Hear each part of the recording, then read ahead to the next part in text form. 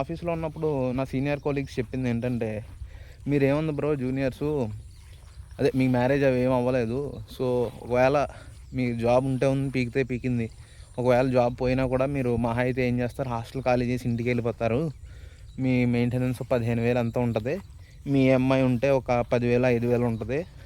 మాకు అలా కాదు బ్రో, మేము మంత్లీ మెయింటెనెన్సే, ఇంటి రెంట్, గ్రాసరీసు, పిల్లల ఫీజు ఏ చెప్పారు. ఆల్మోస్ట్ 1,20,000 ఎంతో చెప్పారు. సో మేము 1,20,000 మెయింటైన్ చేయాలంటే చాలా కష్టం మాకు. సో లోన్స్ కూడా ఏమీ తీసుకోకండి అని సజెస్ట్ చేశాడు ఒక ఆయన నాకు. సో అప్పుడు నాకు అర్థమైంది, ఆలోచిస్తే కరెక్టే కదా అని చెప్పి. ఎందుకంటే ఇప్పుడు బ్యాచిలర్స్దే ఉంది, మనం ఉంటే ఉంటాం హైదరాబాద్లో, బెంగళూరులో, లేకపోతే పూణేలో. ఒకవేళ జాబ్ పోతే ఏం చేస్తారు, ఇంటికి వచ్చేస్తారు, వేరే ట్రై చేస్తారు, ఇంకోటి ఏదో చేస్తారు. కానీ ఆల్రెడీ వాళ్ళైతే ఆ లూప్లో ఇరుక్కుపోయారు.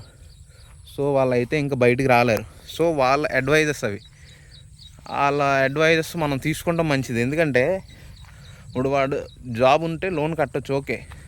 ఇప్పుడు ఆ జాబ్ లేదనుకో, అది ఏ చేసన్నా లోన్ కట్టాలి. ఎందుకంటే మన సిబిల్ స్కోర్ పడిపోతూ ఉంటుంది.